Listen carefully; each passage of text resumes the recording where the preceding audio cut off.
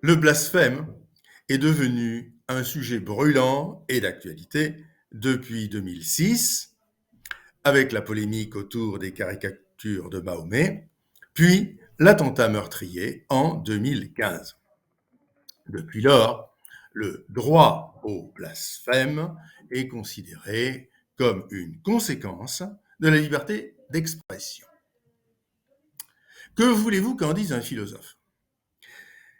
Dès qu'il s'agit d'une liberté, ce ne peut être la propriété d'un sujet isolé, mais une relation entre deux sujets au moins, qui met en jeu une question de juste et d'injuste.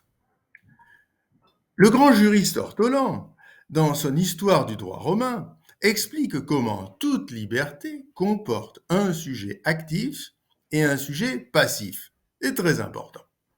Le sujet actif est celui qui a le droit d'agir, de faire quelque chose, par exemple, de s'exprimer.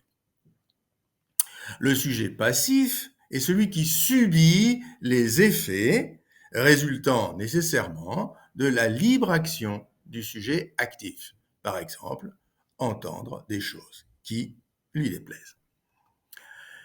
C'est comme dans une comptabilité avec deux colonnes, actifs et passifs, qui se correspondent. La quantité des droits égale la quantité des obligations. Un exemple anodin. Supposons que, en vertu de la réglementation, les fumeurs soient sujets actifs. Ils ont le droit de fumer dans un espace. Donc, les autres personnes dans le même espace sont sujets passifs, qu'elles soient fumeurs ou non fumeurs. Elles sont forcées de sentir la fumée. Si la réglementation s'inversait, le sujet passif de la liberté de fumer deviendrait sujet actif de la liberté de respirer un air sans fumée, la liberté inverse. Et le fumeur serait devenu sujet passif avec interdiction de fumer dans le même espace. Vous voyez, parce que la liberté se situe dans une relation entre deux sujets, chacune des libertés comporte une liberté inverse. Donc, être pour la liberté signifie être pour une chose ou pour son inverse.